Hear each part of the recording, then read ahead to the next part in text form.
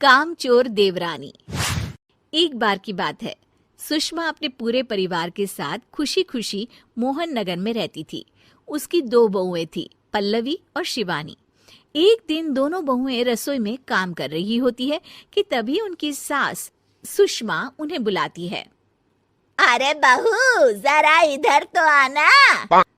शिवानी, जरा जाकर देखना सासू माँ क्या कह रही हैं। दीदी आप ही देख लो ना जाकर, आपको भी तो सुनाई दे रहा है।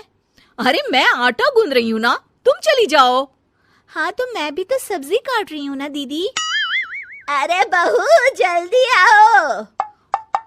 ओफो, ये तो जाएगी नहीं। मैं ही जाकर देखती हूँ कि क्या करना है। पल्लवी सुषमा के कमरे में जाती है। जी मम्मी जी, क्या हुआ?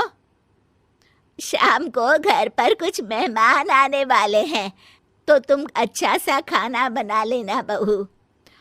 ठीक है मम्मी जी, आप बता दीजिए क्या क्या बनाना है और कितने लोग आ रहे हैं। सुनील की मौसी जी और उनका पूरा परिवार आ रहा है। कुल मिलाकर 3 लोग और हमें मिलाकर हुए 9 लोग। तो अभी से ही तैयारी करना शुरू कर दो। और हाँ, घर की सफाई भी कर देना, हाँ, अच्छे से।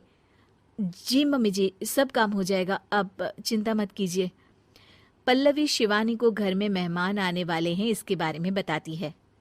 क्या 9 लोगों का खाना बनाना होगा, घर की सफाई करनी है? बाप रे, सासू माँ ने तो हमें घर की नौकरानी ही समझ कर रखा है। ऐसा नहीं बोलते शिवानी, हम इस घर की बहू हैं और घर के काम करना हमारा फर्ज है। दीदी तो है ही सासू माँ की चमची, जब देखो सासू माँ सासू माँ। मैं तो इतना सारा काम नहीं करने वाली। शिवानी कपड़े लेकर गमला साफ कर रही होती है और चक्कर आने का नाटक करने लगती है। मेरा सर चकरा रहा है। तभी वहां पल्लवी और सासू माँ जाते हैं। अरे बहू, क्या हो गया तुम्हें? मम्मी जी, बहुत तेज सर में दर्द हो रहा है। तुम एक काम करो शिवानी, आराम कर लो। नहीं नहीं दीदी, घर में मेहमान आने वाले हैं, मुझे आपकी मदद करनी चाहिए। अरे कोई बात नहीं शिवानी, तुम आराम कर लो, मैं सब काम कर लूंगी। ठीक है दीदी, अगर आप इतना कह रही हैं तो आराम कर लेती हूँ।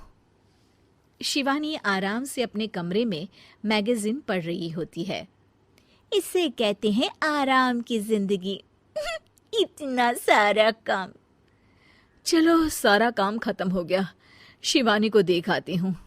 शिवानी अपने कमरे में ईयरफोन में गाने सुनते सुनते सो जाती है और उसके साइड में मैगजीन भी रखी होती है। पल्लवी वहां आ जाती है और वो सब देखती है। ओहो, तो मतलब सब काम चोरी का बहाना था। अभी बताती हूँ इसको। घर का सारा काम मुझे करना पड़ा और ये महारानी यहाँ मैगजीन पढ़ रही है, गाने सुन रही है। पल्लवी रसोई से एक प्लेट और चम्मच लेकर आती है और शिवानी को थाली बजाकर उठाने लगती है। शिवानी अचानक से उठती है। उठ गई महारानी, गाने भी सुन लिए, मैगजीन भी पढ़ ली। तुम तो बहुत बड़ी झूठी निकली शिवानी।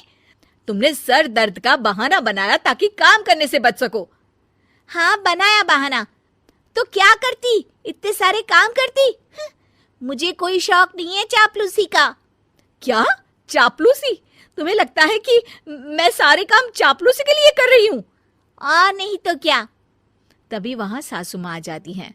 अरे बहू, वो लोग बस आने ही वाले हैं, तुम तैयारियां कर लो।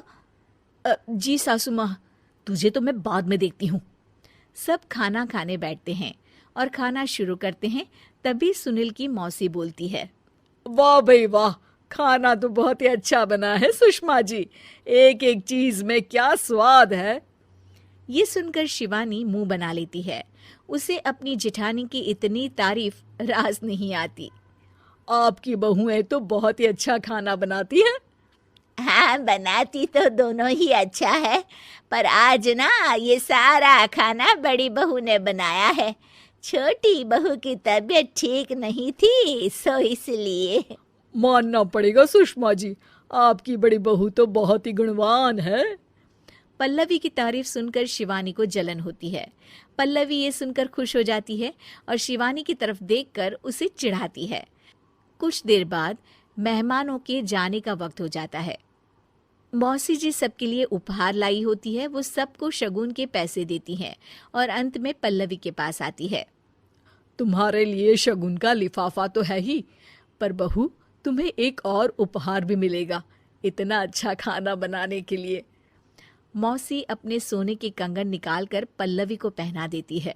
ये लो, ये मेरे मनपसंद कंगन है, अब से ये तुम्हारे हुए। धन्यवाद मौसी जी।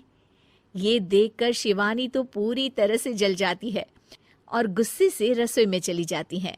तभी वहां पल्लवी आ जाती है और उसे अपने कंगन दिखाने लगती है। देवरानी जी, अब आपका सर दर्द ठीक तो है ना? मुझे लगता है कि अब सर दर्द शुरू हो गया होगा आपका।